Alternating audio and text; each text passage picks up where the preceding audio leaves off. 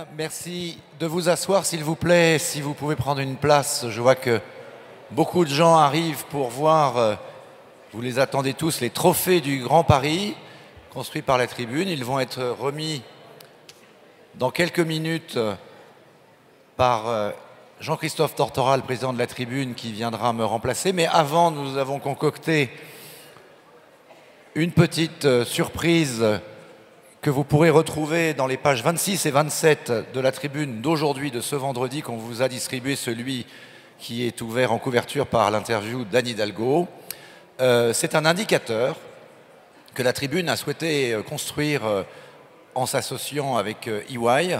Et Philippe Rambal, qui est à ma gauche, est associé chez EY et a construit cet indicateur en partenariat avec nous. Alors c'est un indicateur EY, nous n'avons rien fait, ils ont tout fait, mais on est très heureux d'être associé avec EY sur ce projet parce qu'on pense que la Smart City, vous l'avez compris, la Tribune en a fait l'un de ses domaines de prédilection, une de ses priorités éditoriales, parce que c'est au carrefour de l'humain et de la technologie et de l'innovation. Mais la Smart City, on a quand même un peu de mal encore aujourd'hui à définir ce que c'est. On a du mal à mesurer son impact, on a du mal à mesurer les progrès qui sont réalisés dans le temps, dans l'espace. Et ce qu'on souhaiterait faire en association avec EY, et ce que EY souhaite faire, je crois que ce que vous faites déjà, Philippe Rambal, dans plusieurs pays, c'est d'essayer de mesurer, de classer, de donner des indicateurs quantitatifs et qualitatifs sur les progrès des Smart Cities. Alors, elles sont en développement dans le monde entier. On le voit, les colloques sur les Smart Cities se multiplient. Pourquoi est-ce que vous avez voulu lancer cette enquête? Et on va parler ensuite des enseignements qu'on peut en tirer. Ouais. Bonjour, oui, je pense que c'est important de revenir sur le contexte. Pourquoi une étude aujourd'hui sur l'état d'évolution, l'état de maturité des collectivités locales, des villes intelligentes?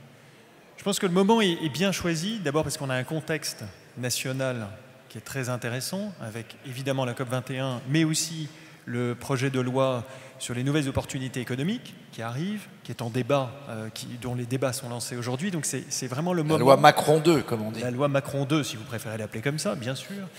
Et donc ça, c'est un des premiers éléments qui faisait que c'était vraiment utile de faire un point chiffré, quantitatif, qualitatif, sur l'état de maturité des villes. Et puis, aussi parce qu'on arrive à un moment qui est intéressant, on a 2 années de recul sur la formidable initiative French Tech qui a démarré.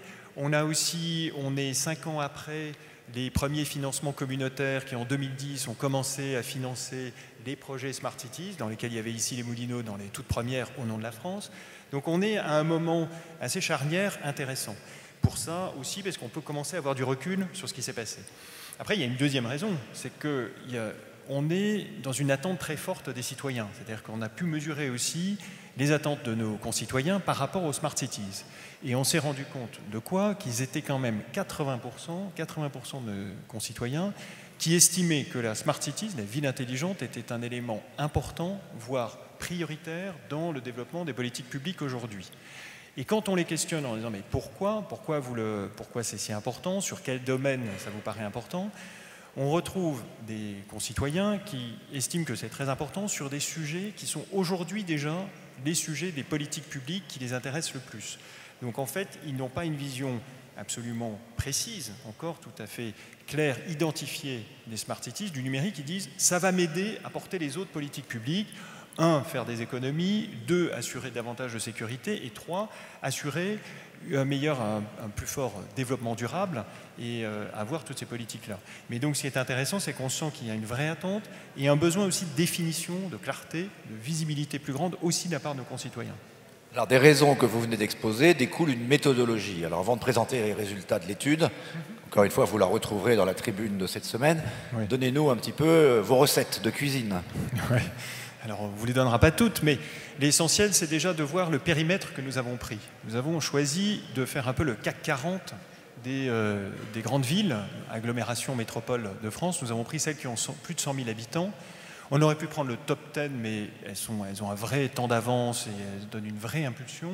Et puis, on a préféré prendre quelque chose de plus large pour voir justement ce foisonnement qui existe aujourd'hui, cette espèce de révolution des 100 fleurs à laquelle on est en train d'assister, et qu'on a pu mesurer. Donc on a pris un champ assez large et à partir de là, on a regardé sur différents piliers, différents axes, le développement durable, les mobilités, la participation citoyenne, le développement économique, les incubateurs, etc. Nous avons pris toute une série de piliers et nous avons regardé comment elles étaient présentes et comment elles communiquaient dessus.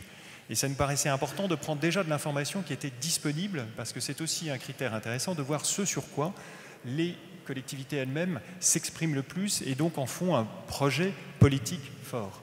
Et puis, nous avons fait un zoom sur deux aspects qui intéressent beaucoup plus nos concitoyens.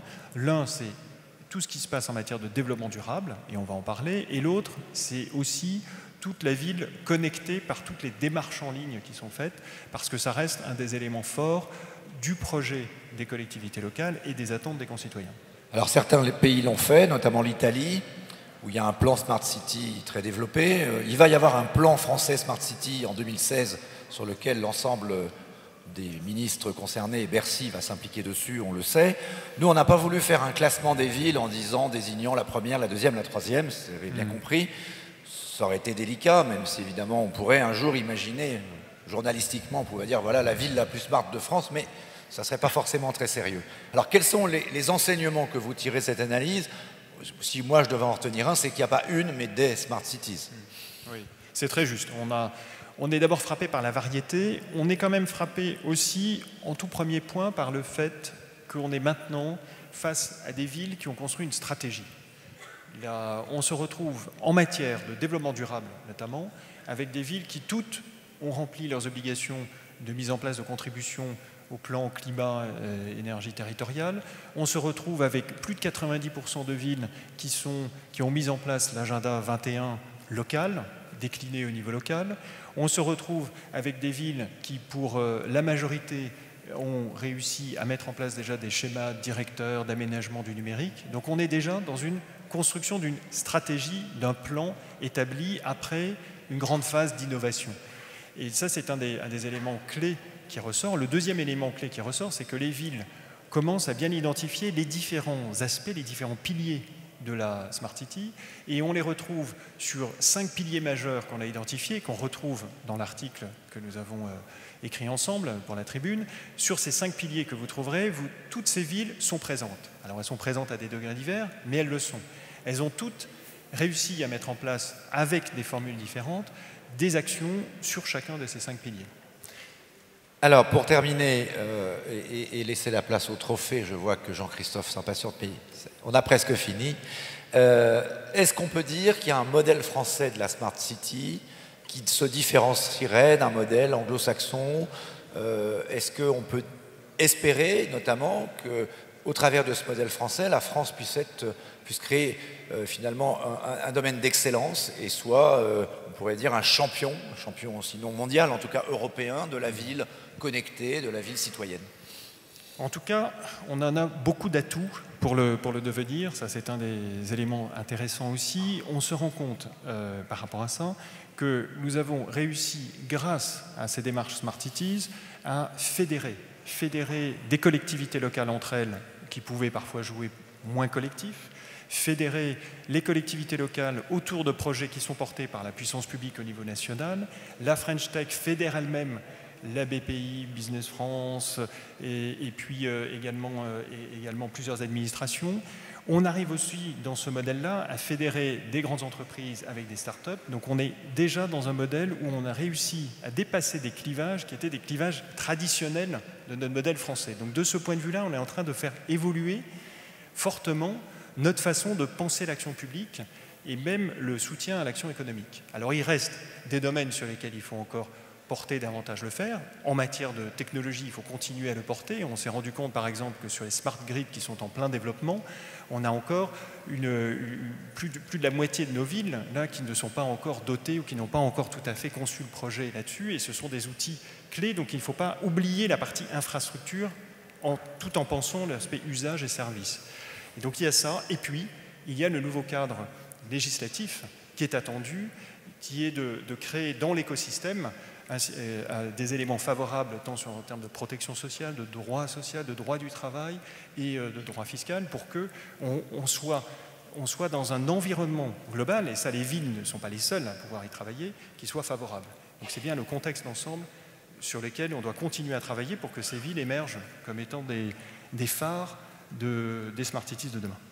Eh bien, merci beaucoup Philippe Rambal. Moi, mon espoir, c'est que l'an prochain, on se donne de nouveau rendez-vous avec un indicateur encore approfondi, que cet indice CAC 40 des Smart Cities s'enrichisse et permette de mesurer, je le disais, dans l'espace et dans le temps, l'évolution, je l'espère, comme vous l'avez dit, la prospérité des Smart Cities françaises, parce que si on est là ici tous ce matin et pour ces journées, c'est parce qu'on y croit. Merci beaucoup.